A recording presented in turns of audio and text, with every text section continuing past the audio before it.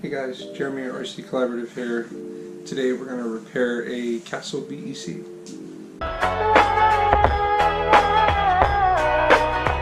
Yo, I ain't here for the money, I ain't here for the fame.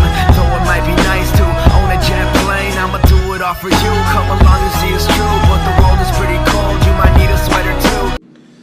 Hey guys, Jeremy here. We're out in the garage.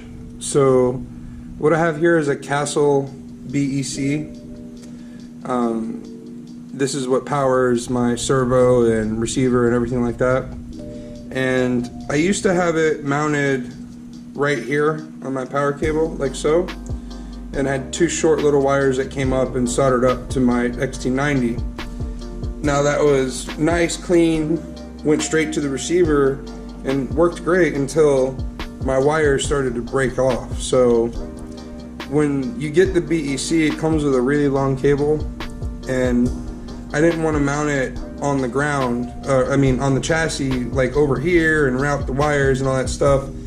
But I'm thinking that might be the best way to handle this, so that way this can stay secure on the chassis somewhere, and the wires aren't bending and flexing with this connector and such.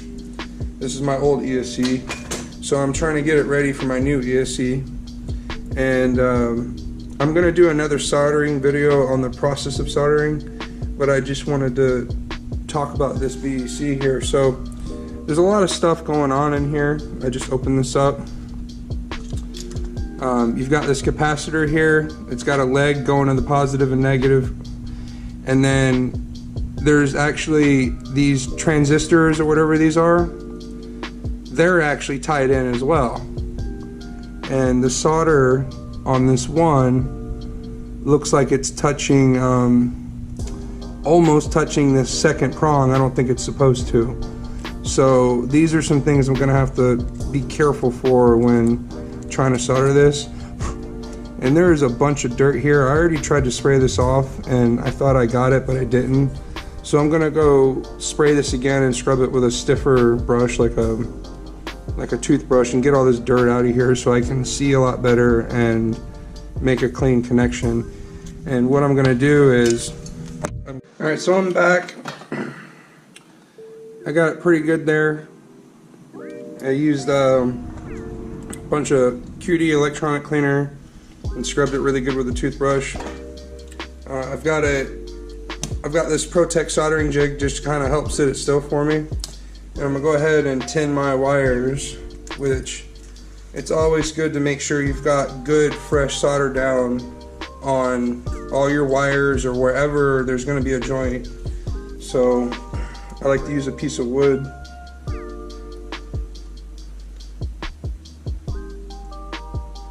Get a little bit of good solder on there. Clean your tip with the solder.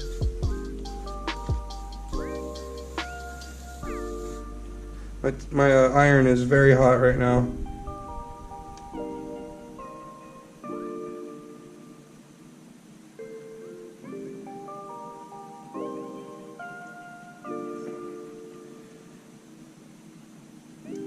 So I'm getting the wire hot and I'm putting the solder on the wire, not the iron.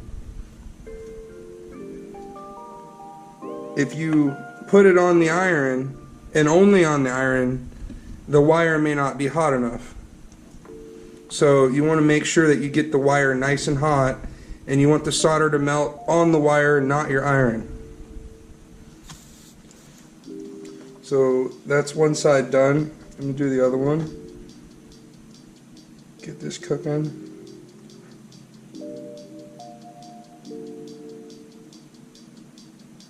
I'm not touching the iron.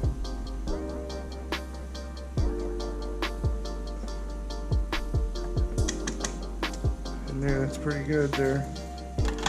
So you know you got it good when it's nice and shiny and the solder is gone all the way into the wire a bit. I mean, it's not too far in, but you don't want to see exposed wires. And these are going to be a little bit too long, most likely. So what I'll end up doing is giving them a quick snip with the cutters here. Let's see. That looks about good. So I've got it ready to go. Now, one of the tricks that I feel help with wiring, soldering wire and that kind of stuff, is you want everything relaxed. And what I like to do is use heavy objects to try to hold everything where you want it. So let me see. I've got to remove this old wires off of here.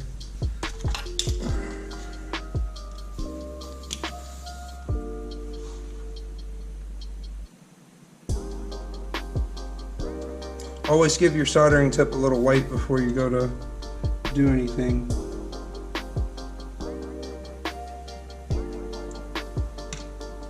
And it also helps to have a little bit of solder on the tip of your iron as well.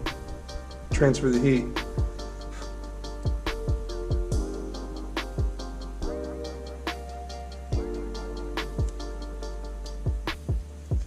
I'm just gonna heat these wires up and rake them off like so. I just flung them. Let me do the other side.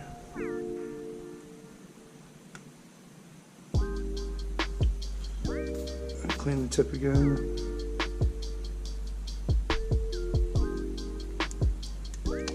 And there you have it. I just flung off all the old wiring. So normally I would add a little bit of fresh solder, but with how close we are to all these components, this solder is still pretty shiny. It doesn't look like crappy solder. So Castle did an okay job there. And plus I just reheated it. I'm just looking to make sure we didn't bridge anything. Everything looks exactly like it did before. So I've got positive is on the side towards me, which is where I want it. Now with these wires and such, sometimes this gets a bit tricky. This is the hardest part right here. Let me go grab one of my secret weapons.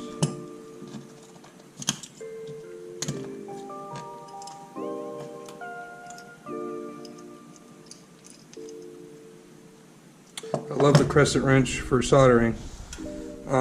As long as you're not putting it directly on whatever you're working on, it won't draw any heat away, but it's extremely stable. It holds things super still. So with something like this, it doesn't fit in the Protect jig inside these jaws. I can't really hold it still. I'm going to use a crescent wrench.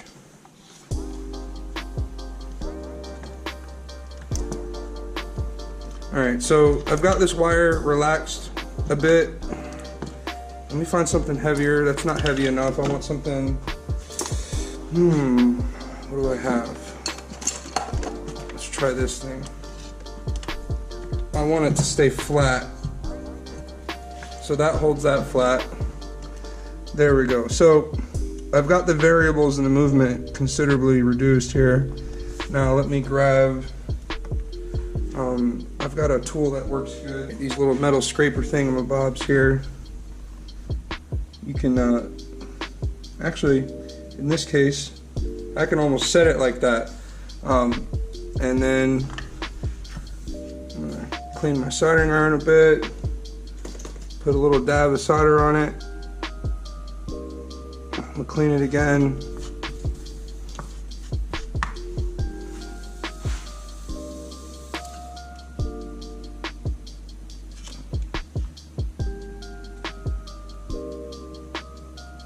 Gently touching. Put a little dab in there.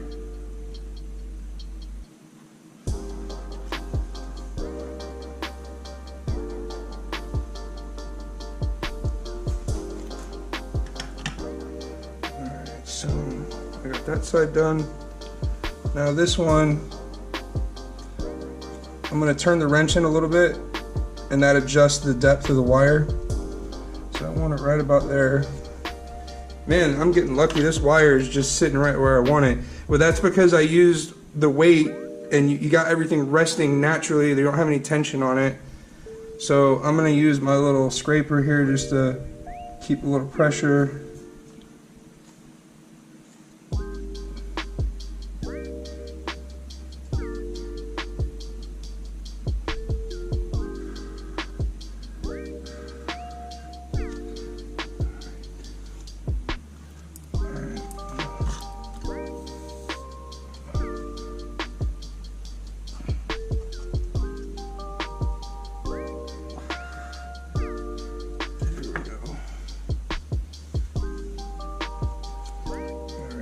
using the crescent wrench here. Give you guys a good look. So my solder is completely, how would you say, homogeneous. It's all nice and smooth. It goes all the way down. It's not chunky. Everything's nicely tinned. This silicone wire is extremely flexible. And then over here on this side, we've got a good join in there with the capacitor. Everything's smooth. It's shiny. That's pretty good. Now, what I'm going to do to strengthen this and support this joint is I'm going to do some shrink wrap, but I'm also going to do some shoe glue or hot glue. Usually hot glue works really well on electronics. And you can actually just take a stick of hot glue, cut a couple chunks of it, and just set it in there, slide heat shrink over it, and when you heat up the heat shrink, it'll heat the glue up and force it where you want it. Or you can get an actual hot glue gun and squirt it all in there and then try to slide the heat shrink on, or put the heat shrink on and inject the hot glue in, however you want to do it. I'm probably going to use shoe glue in this case. That's what I did over here at the track to fix this side, because this side broke on me. So I shoe glued it and heat shrinked it, and I'm probably going to do another heat shrink over here to support that. So let me get some of that ready. I'll be right back. Now, before I get too far ahead of myself, I'm actually going to test this out real quick and make sure that I've done this correctly and nothing's shorted out, because once I heat shrink all this together, it's going to be a pain in the tail to take it back apart and fix any issues. Now, in case any of y'all are wondering, the Castle BEC is only it's only about 20 bucks. So I am more than likely going to get a backup replacement just to have one. I'll probably actually replace this one and keep it as a backup, because now that I've seen how the wires can break on them and become an issue during an event, I don't really want to deal with that. So we have our red wire here. Alright, servo's on. I've got a green light. Actually,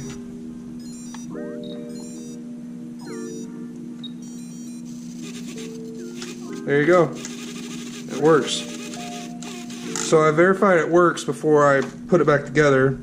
Receiver's got power, servo's working, so I have done my job on the BEC here. Now, time to protect it, put it back together and protect it so it doesn't happen again. Alright, I'll be right back. Alright, so I wasn't able to find a piece of heat shrink big enough to go over this whole thing. When you buy these kits of heat shrink at Harbor Freight, they give you like 1 or 2 big ones. And for all I know right now, these could be the biggest ones that come in the kit. I can't remember. I usually order some bigger sizes off of eBay to keep on hand, but I've used all that up too. Now, with that said, I was able to cut back further, and I noticed there's kind of a gap in between the top board and the bottom board. So I'm going to be able to slide the heat shrink over it like so. And so what we're going to do is goop this up.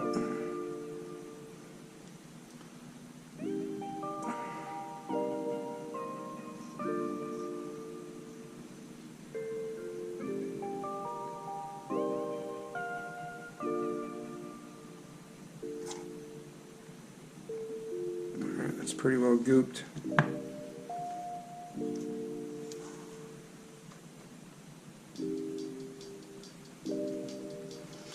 Get the goop up higher on the wire so it'll hold all this solid together and create a new flex point, which is where the shoe glue ends, and it will no longer flex at the solder joint and crack and break. Now, the solders didn't break, the wires broke because of the way they weren't supported. So I've got this heat shrink here. Get that all right on there.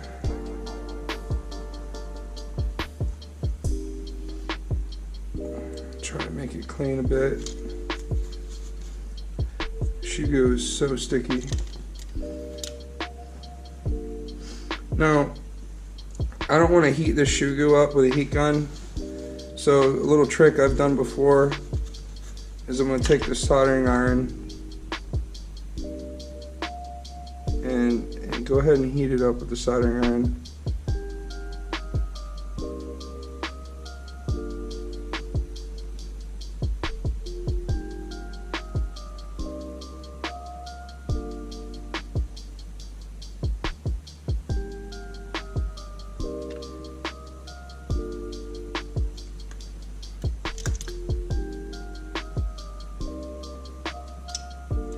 I've done it with the heat gun before, which is the normal way I do heat shrink. However, with the shoe goo, it likes to get hot and start to bubble. I don't mind if it expands and seeps out, but I don't want it to bubble, because the bubbling means it's coming out of the areas where I want it.